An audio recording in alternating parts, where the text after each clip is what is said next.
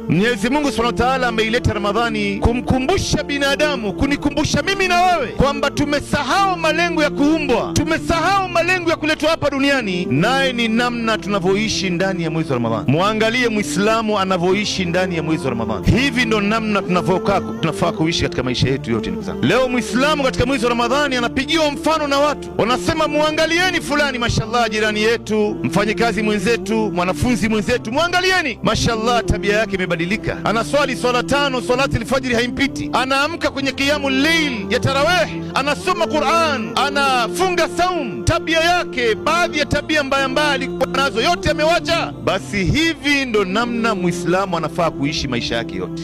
Walinaj'ala umruna kulluha Ramadhan, tuifanye umri wetu wote ni Ramadhan. Semeni amin, ndugu zangu. Isiwe wewe leo unaswali swala 5 kwa sababu eti ni Ramadhan. Isiwe wewe leo unasoma Qur'ani kwa sababu eti ni Ramadhan. Isiwe wewe leo umeacha madhambi ambayo ulikuwa ukiyafanya kwa sababu eti ni Ramadhan. Isiwe wewe mwanamke wa Kiislamu unavaa hijabu ya kisheria kwa sababu eti ni Ramadhan. Hapa itakuwa unakosea, ndugu yangu. Kwa masikitiko iliyokuwa kubwa, wengi wetu sisi hapa tunaiabudu mwezi wa Ramadhani wala hatumuabudu Mola wa Ramadhani, na Mola wa Ramadhani ndio ambaye anafaa kuabudiwa. Hii Ramadhani ni mwezi kama miezi mingine tu, imekuja na itaondoka, lakini Mwenyezi Mungu Subhanahu wa Ta'ala yuko hai daima wala hana mwisho. Sasa ikiwa wewe ndugu yangu leo umeweza kuamua kuyafanya haya ambayo unayafanya katika mema ndani ya Ramadhani na ukayaacha yale maovu, kwa nini usitie nia kuanzia sasa, mimi hata baada ya Ramadhani nitaendelea hivi hivi mpaka mwisho wa uhai wangu?